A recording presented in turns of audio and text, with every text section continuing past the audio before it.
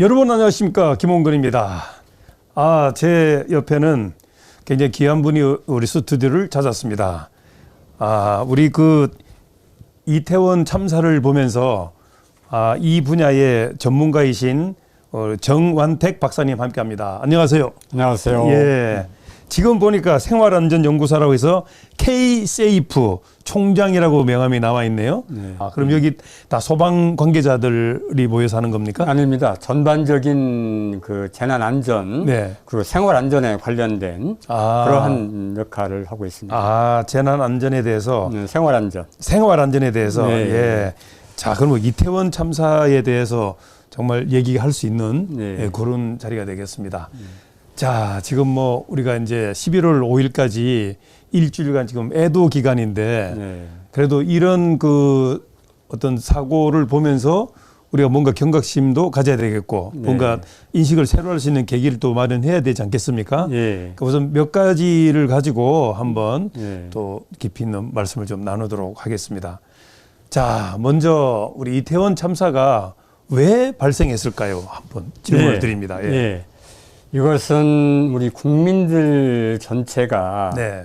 그 위험에 대한 인식이 부족하지 않았나. 네. 그리고 국가 지방자치단체도 네. 국민의 안전에 대한 그 활동이 네. 의식이 네. 네.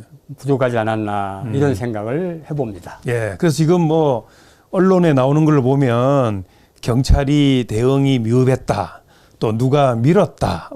인근 건물에, 그러니까 그 호텔 측을 얘기를 하는 겁니다. 네. 예, 거기에 불법 중축이 문제다. 이런 얘기를 하고 있는데, 중요한 것은 안전에 대한 불감증이 아닐까. 예. 그것이 이제 우선이라는 생각이 들긴 하거든요. 예. 근데 이번에 이제 경찰에 대해서 지금 얘기들이 많이 나오고 있어요. 예. 그런데 사실은 작년까지만 해도 인파는 모였지만 이번처럼 이렇게 참사가 되리라고는 또 이렇게 한꺼번에 이렇게 갑자기 모이리라고는 생각을 못 했지 않겠습니까? 예. 예. 그래서 주최 측이 없는 다중 인파 사건이다. 여기에 대한 관련 매뉴얼이 없다는 말이 있거든요. 예. 여기에 대해서 어떻게 생각하십니까? 그것은 물론 그 행사의 주체가 있었다고 하면 네. 거기에 대한 분명한 행사 계획 그리고 그에 따른 네. 안전 대책이 있었겠지만 네. 행사 주체가 따로 없었다 하더라도 네. 네.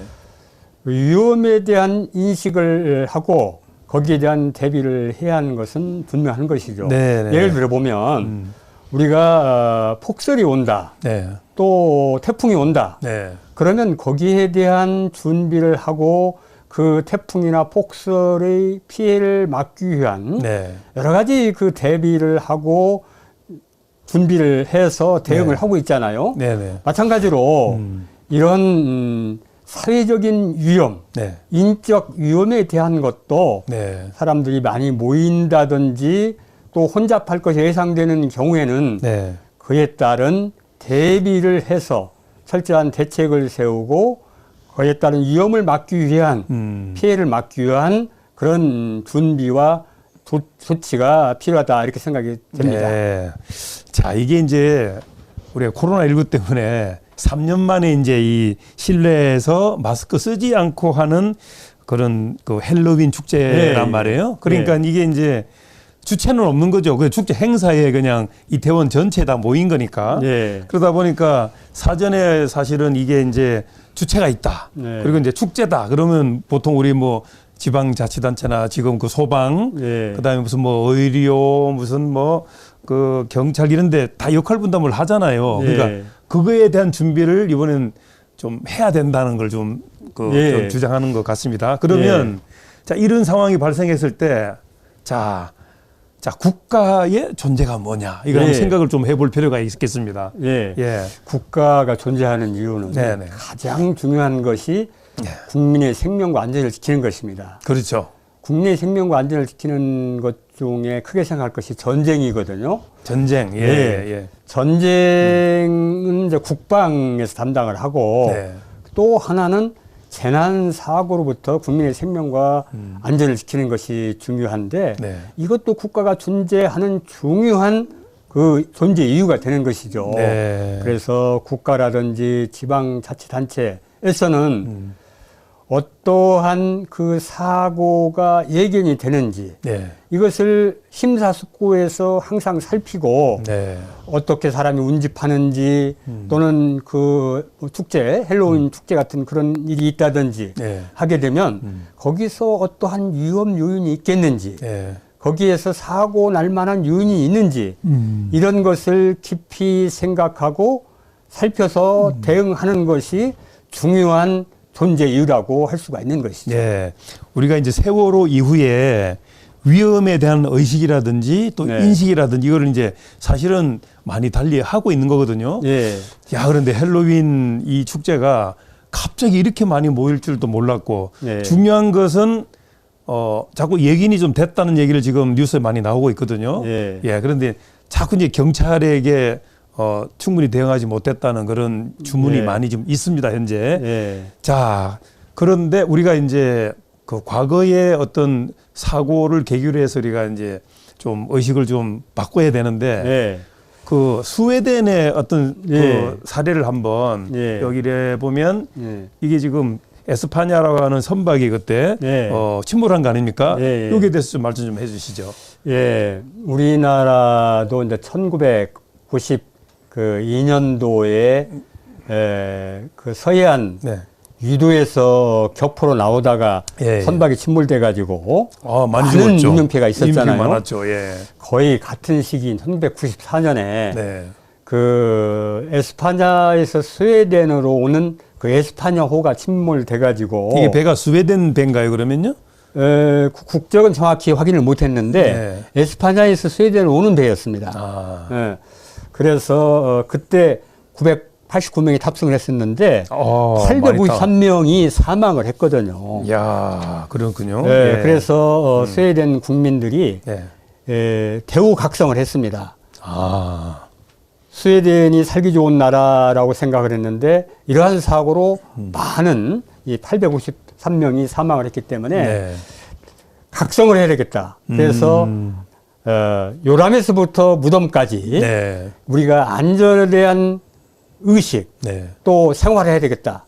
이것을 바꾸기 위해서 어려서부터 사망할 때까지 안전에 대한 교육을 통해서 스웨덴은 완전히 달라졌습니다. 아. 그래서 안전의 선진국으로 바뀌었고 OECD 국가 중에서도 안전 지수가 아주 높은 예. 그런 나라로 바뀌었습니다. 야, 그러니까 국정의 그 의지의 기본이 안전이네요. 그렇습니다. 야, 우리도 좀 그렇게 됐으면 좋겠네요. 그렇습니다. 안전해야지 우선은. 예. 우리나라도 지금 보면 네.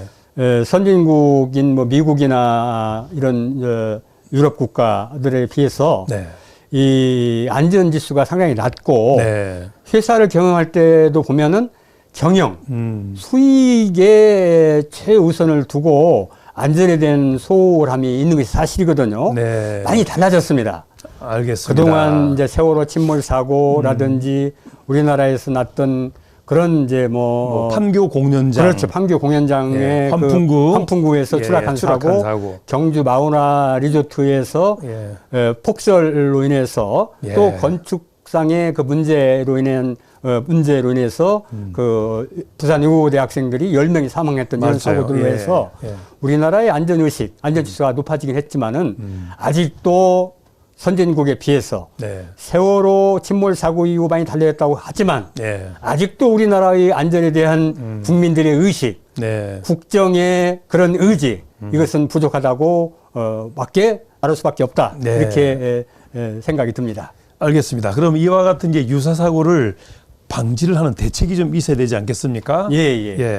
그래서 위험에 대한 인식인데 그 위험에 대한 인식을 한번 구체적으로 한번 좀 짚어주시면 고맙겠습니다. 지금 우리는 이제 정보화 사회라고 얘기를 하지만은 이 안전에 대한 생각을 하는 사람들은 위험 사회라고 얘기를 합니다. 그렇죠. 무슨 얘기냐면 이 농업 사회에서 산업 사회로 발전했는데 산업 사회 이후를 정보화 사회라고 얘기를 하잖아요. 그런데 안전에 대한 생각을 갖고 있는 사람들은 이 산업사회 속에서 위험에 대한 잉태를 가져왔다. 아, 예. 그래서 이 산업사회가 발전하면서 잉태된 위험이 나타난다. 네. 그런 잉태 위험을 최소화하기 위해서는 늘상 위험에 대한 인식을 갖고 위험에 대한 의식을 가지고 네. 안전교육을 일상화하고 생활해야 된다. 네. 이렇게 생각을 하는 것이죠. 네. 그런데 아직도 국민들의 그 안전에 대한 의식은 미흡하고 또 위험에 대한 생각을 잘못하고 있다는 거죠. 설마 나에게 무슨 일이 있겠느냐. 예, 예. 설마 그 행사에서 헬로윈 행사에서 무슨 일이 있겠느냐. 이렇게 해서 위험에 대해서 낙관적으로 편견을 한다는 거죠. 네, 알겠습니다. 별일 없이 지나가겠지. 네. 안전하겠지. 예. 이런 낙관적 편견을 갖는 것이 문제인데 나에게도 항상 사고는 올 수 있다. 알겠습니다. 그 어떤 행사도 사고는 올 수 있다. 그래서 국정을 책임지고 있는 그런 위치에 있는 사람, 또 정책을 위반하고 있는 사람, 네. 건축물을 설계하고 있는 사람, 행사와 관련된 그런 사람, 또 지방자치단체장, 기관단체장, 뭐 경찰 관계자들, 또 소방 관계자들, 네. 이런 사람들은 항상 그 위험에 대한 인식을 새로 해야 된다. 네. 이런 인식을 강조하고 싶습니다. 아, 제가 이제 기회가 돼서 안전관리 그 뭐 지도자 자격증도 한번 따고 예. 또 CPR, 예. 심장 이번에 그 사고 때 보니까 숨을 제대로 못 쉬니까 예. 심장 뭐라 그런가 그거 보고 심폐소생술. 심폐소생술 예, 예. 자격증을 제가 땄거든요. 예. 아, 근데 해보지는 못했어요. 예. 근데 그것도 어쨌든 저도 위험에 대한 인식, 안전에 예. 대한 의식을 제가 갖고 있다는 얘기 아니겠습니까? 그렇습니다. 자, 그러면 이제 뭐 우리 이번에 이런 그 이태원 참사 같은 이런 걸 계기로 해서 예. 이게 애도 기간이긴 하지만 예. 뭔가 이걸 계기로 해서 대한민국이 안전한 나라다라고 예. 이게 뭔가 좀 바뀌어가야 되겠으니까 예. 그런 마음이라도 갖지 않은 마음으로 이 예. 시간을 가졌는데 예. 마무리하는 말씀 마치고 정리하도록 하겠습니다. 예. 예. 스웨덴이 그 에스파냐오 침몰론에서 안전 선진국으로 바뀌었듯이 네. 우리나라도 이제는 바뀌어야 합니다. 네. 세월호 침몰 사고 이후 많이 달라졌다고 했지만은 네. 아직도 부족하다는 것을 온 국민과 함께 느끼고 있는 것 아닙니까? 네.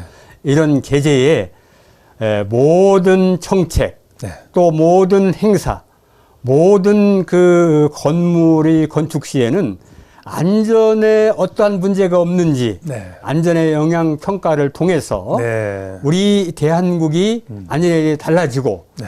또 모든 국민이 안전에 대한 의식으로 안전을 생활화, 일상화해서 전 생애의 안전교육을 통해서 국민들이 달라지고 대한민국이 안전 선진국으로 달라졌다. 이런 생각을 해보게 됩니다. 알겠습니다. 자, 우리 이제 이태원 그 참사를 통해서 우리가 이제 일단 애도 기간이니까 명복은 빌고 네. 이 사고를 계기로 해서 대한민국의 안전, 네. 예, 이거를 우리 일상화하는 그리고 이제 국정 의지의 기본도 스웨덴처럼 네. 안전해야 되겠다는 말씀을 드리면서 자, 오늘 K-세이프 행정학 박사이신 우리 생활안전연구소의 총장님이신 정원택 말씀 나눴습니다. 말씀 감사합니다. 네, 감사합니다.